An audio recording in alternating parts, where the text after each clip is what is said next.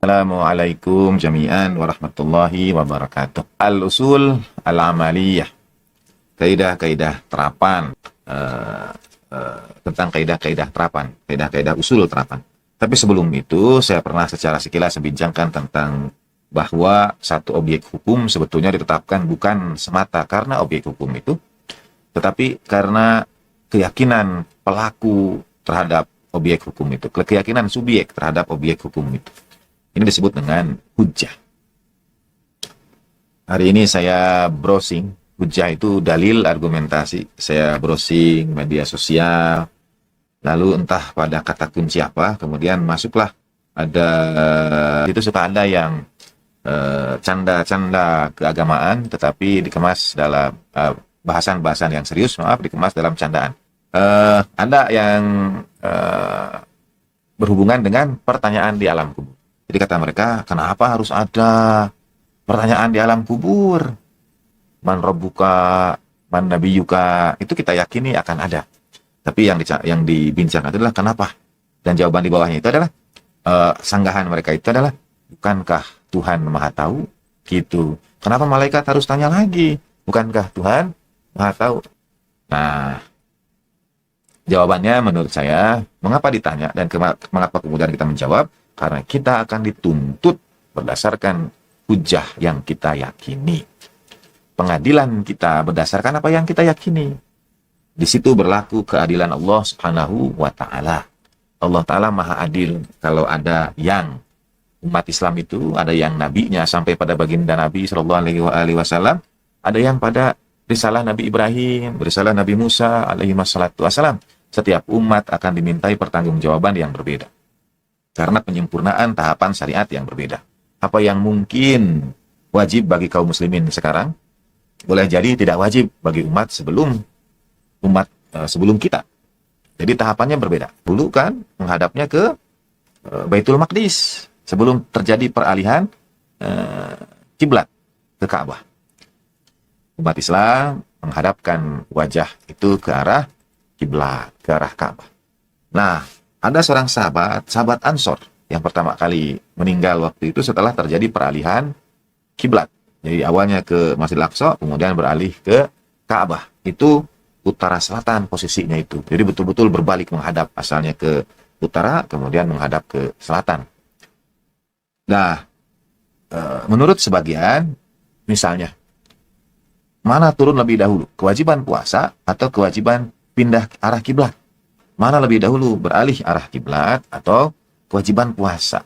Nah, bagi yang mengatakan kiblat beralih dulu, baru wajib puasa. Saya misalnya cenderung pada pendapat ini. Kiblat pindah dulu, baru kemudian turun ayat puasa.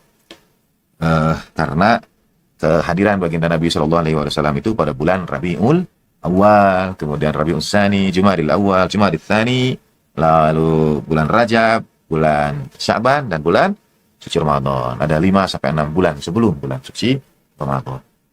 Nah, sehingga ada yang wafat dan dikebumikan, belum turun kepada dia ayat wajib puasa. Al-Qur'annya sudah turun pada baginda Nabi Shallallahu Alaihi Wasallam, tapi kemudian ayat-ayat itu diturunkan kembali berulang sesuai asbabun nuzulnya. Sehingga ia tidak akan dituntut atas hujjah mengapa tidak berpuasa. Karena keyakinannya memang waktu itu puasa belum diwajibkan atasnya. Jadi objek hukum itu sebetulnya menyesuaikan keyakinan. Keyakinan pelaku. Kita disebut berdosa kalau kita melanggar apa yang kita yakini. Dan karena itu mungkin tidak terlalu urgent barangkali memperdebatkan satu hasil hukum, karena boleh jadi hujah setiap orangnya berbeda. Termasuk halal haram memakan sesuatu, boleh jadi posisinya akan berbeda karena hujah pelaku terhadap satu objek hukum yang sama bisa berbeda. Contoh, mungkin ada yang menikmati jenis makanan tertentu, katakanlah ada pada pendapat dalam mazhab fikih tentang makanan laut, hidangan laut, tentang makhluk yang hidup di dua alam. Pertanyaannya, siapa menentukan makhluk yang hidup di dua alam itu? Bagaimana mengukurnya? berapa jam disebut dia makhluk dua alam kalau bisa bertahan di daratan. Misalnya, itu bagaimana tolak ukurnya? Setiap orang bisa jadi berbeda. Atau bahkan mungkin saya tidak tahu. Kalau saudara ada para ahli marine biology, biologi kelautan, kalau ada istilah makhluk yang hidup di dua alam, itu berapa lama batas dia disebut makhluk air, makhluk darat, atau makhluk yang hidup di dua alam. Gitu. Lalu, apakah sama? Misalnya, katakanlah katak. Itu makhluk yang hidup di dua alam. Apakah sama satu hukum katak itu dengan katak-katak lain?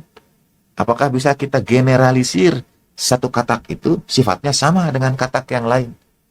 Misalnya. Beda-beda. Mungkin, apakah semua katak dua alam?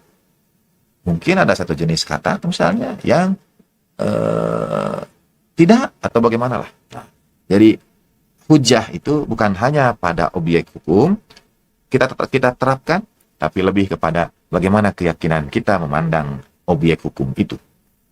Sama seperti pertanyaan di alam kubur. Di alam kubur itu, mengapa ditanya? Karena kita akan ditanya berdasarkan hujah yang kita yakini. Boleh jadi ada yang wafat, meninggal dunia sebelum ayat puasa turun, maka tidak wajib baginya berpuasa. Ia tidak akan dituntut karena tidak berpuasa, misalnya, dan seterusnya. Nah, hujah ini istilahnya kemudian disebut yaitu dalam proses deduksi hukum syara ini dengan hujiyatul qat'i, hujah yang pasti, penghujahan yang pasti, yang diyakini. Jadi, orang yang kepadanya ditetapkan taklif, yang wajib melaksanakan hukum itu, sampai pada hujah yang qat'i, yang pasti, hujiyatul qat'i, yakin dia, baru dia dihukumi benar atau salah karena keyakinannya. Nah, ada 3. Yang pertama disebut munajjiziyah. Nah, hujah munajjiziyah ini adalah hujah kalau seseorang beramal sesuai dengan keyakinannya. Biasanya dalilnya, contoh untuk menyederhanakan, selalu dengan contoh minum khamar. Seperti seorang hamba yang mengetahui bahwa minum khamar hukumnya haram. Karena tidak beramal sesuai dengan keyakinannya, maka sang maula berhak menyiksanya dan berdalih dengan qat'i hambanya, dengan keyakinan hambanya. Seperti seorang hamba yang mengetahui bahwa minum khamar hukumnya haram, minuman keras hukumnya haram. Lalu jika hamba itu meyakini minuman yang ada di depannya, depan saya ini misalnya ada minuman, terima kasih. Seorang ada minuman, dia yakin itu khamar, dia meminumnya, kita sudah tahu itu betul-betul dosa karena ia yakin itu khamar dan ia menentang keyakinannya, dan secara hakikat juga memang itu minuman keras. Jadi Tuhan dalam hal ini maula yang ditaati berhak menyiksanya, berhak memberikan sanksi karena hamba itu melakukan sesuatu yang melanggar keyakinannya. Dan dosa sebetulnya adalah sesuatu yang kita langgar keyakinannya. Kita tahu sholat itu wajib dan kita tidak melakukannya, kita dosa.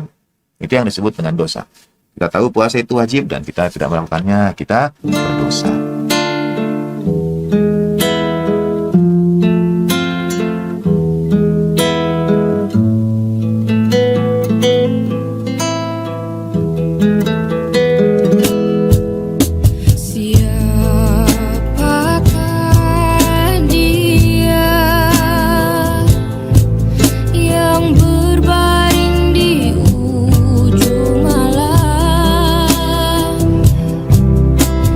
Dengan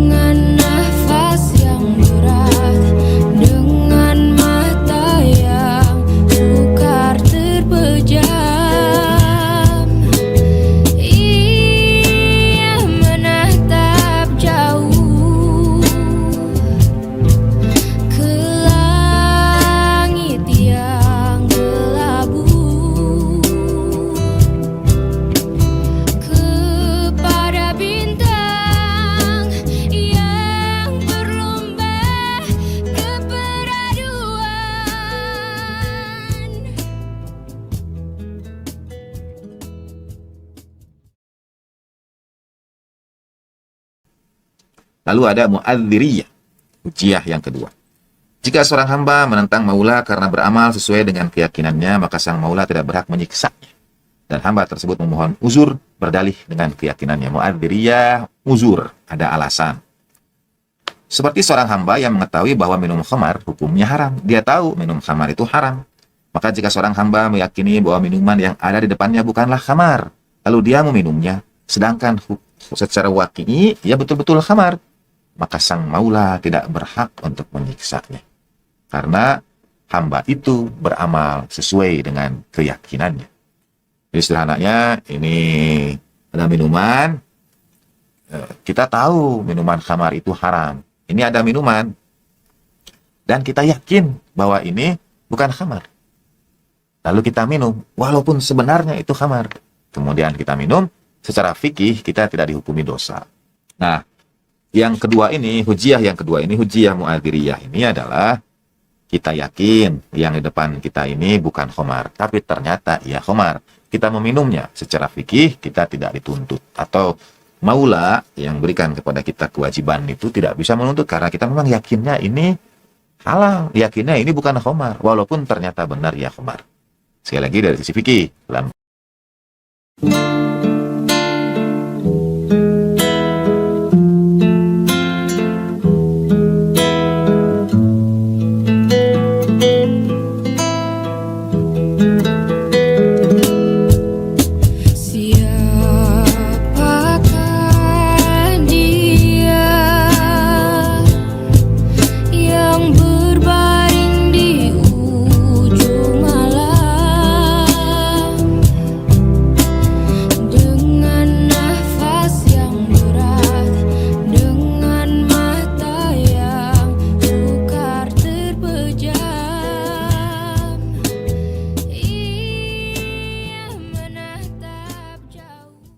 Dan yang ketiga, saudara bisa menyimpulkan. Kalau yang pertama itu ini khamar, kemudian kita tahu khamar salah dan kita minum, kita salah. Munajiziyah. Yang kedua mu'adziriyah. Kita tahu khamar haram, tapi kita tidak tahu bahwa ini khamar. Yakinnya kita ini bukan khamar, maka kita dimaafkan, kita diberi uzur gitu. Maka yang ketiga apa? Yang ketiga itu adalah kalau kita yakin ini khamar dan ternyata bukan. Secara hakikat zat dia bukan khamar, tapi kita yakin bahwa ini khamar. Ini air putih. Yang ketiga ini adalah kalau kita yakin bahwa ini khamar, dan kita tahu hukum khamar itu salah, kita meminumnya, padahal dia bukan khamar. Zatnya bukan khamar, waqi'inya bukan khamar. Disebut hujiyahnya mutajarriyah. Munajiziyah, mu'adziriyah, mutajarriyah. Jadi, kalau ini bukan khamar, dan kita yakin ini khamar, dan kita tahu bahwa khamar itu salah, kemudian kita meminumnya, dan dia bukan khamar, berhak atau tidak? Maula itu menyiksa kita, menghukum kita.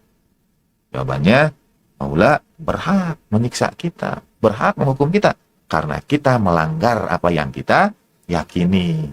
Walaupun zatnya ini bukan, kita tidak bisa protes Tuhan, ternyata bukan.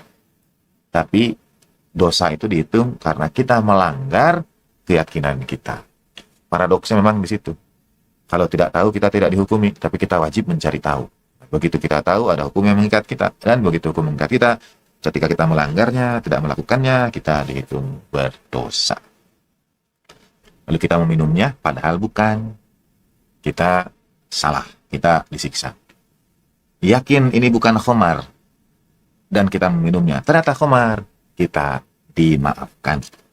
Dan yang ketiga, yakin ini khamar, dan kita meminumnya, padahal bukan khamar, kita tetap disiksa. Karena kita melanggar apa yang kita yakini. Nah, dari keyakinan itu kita akan masuk gimana kalau tidak yakin gitu. Itulah al-usul al-amaliyah. Kaidah terapan. Usul-usul terapan. Tadi sih disiksa atau diampuni, dimaafkan, dimaklumi kalau yakin. Tapi kalau tidak yakin, bagaimana?